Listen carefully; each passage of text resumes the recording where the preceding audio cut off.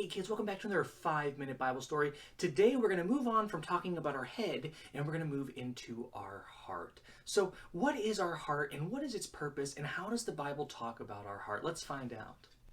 What is our heart and what is its purpose? So our heart is an organ inside of our chest, and its purpose is to pump blood all over our body. And our blood carries oxygen and energy to different parts of our body so that we can move well and just live well. So our heart is usually about the size of our hands. If we take our hands like this and clasp them together, that is probably the size of your heart.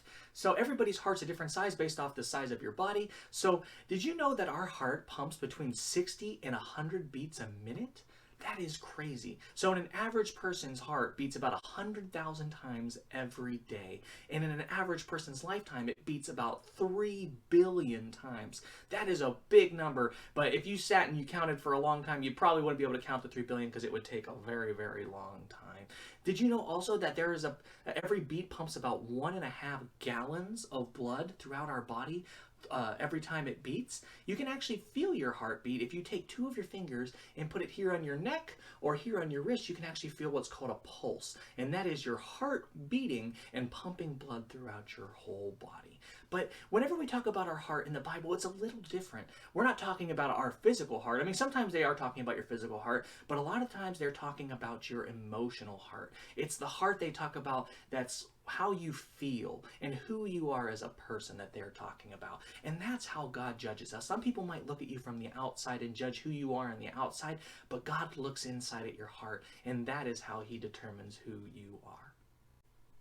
Our Bible story today, we're going to be in the book of 1 Samuel chapter 16 today. So if you have your Bible or the Bible app on your smart device, go ahead and open that up right now and follow along with this story. We're going to be talking about a guy named David. We talked about him a long time ago back when we were still meeting in our church building, and we talked about him. He was actually the second king of Israel.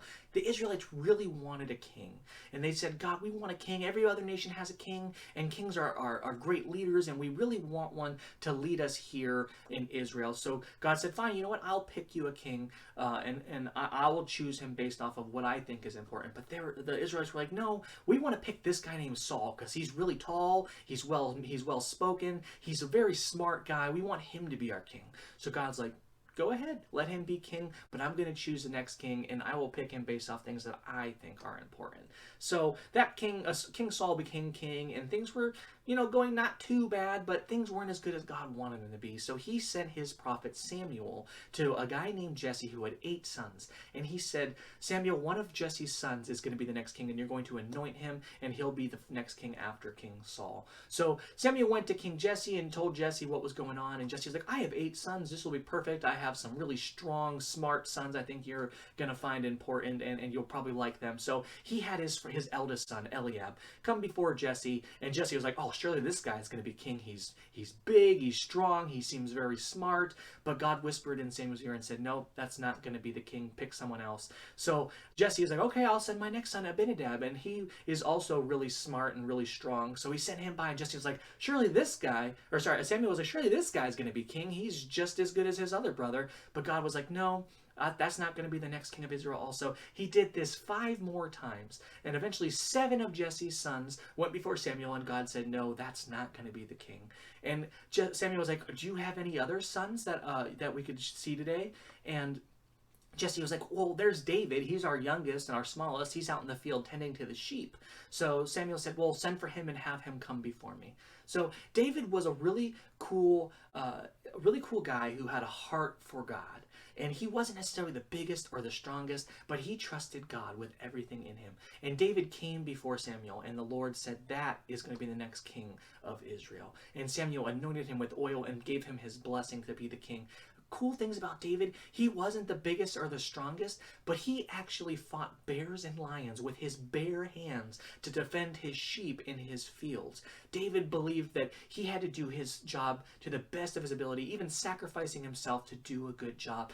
And that meant that he had a brave and good heart. And that is what God was looking for, a good heart, not big muscles or a good brain, but a good heart. And that is why David was anointed as the next king of Israel. That's pretty crazy that David got picked even though he was the youngest and the smallest of all of his brothers. I know Mr. Jeremy played basketball and baseball when I was a little younger. I liked to play sports, and I know the coaches didn't necessarily pick based off of a good heart. They would pick on who's the fastest, the strongest, the biggest guy on the team, and those are usually the players who got to play. It didn't really matter if they had a good heart. They just needed to pick the person with the most athletic ability. So sometimes we think about how we are important based off of who we are on the outside.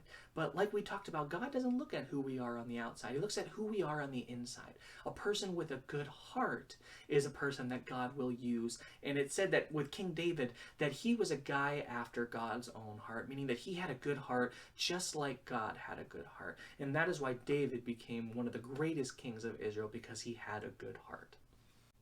As we come to the end of our Bible story today, after talking about our heart and our feelings and our emotions and who we are on the inside, I want to open it up to you. Share with us how you're feeling today, and if there's anything we can do to pray for you, to encourage and help your heart to feel better, let us know down below with a comment, or even just share it with someone in your family around you.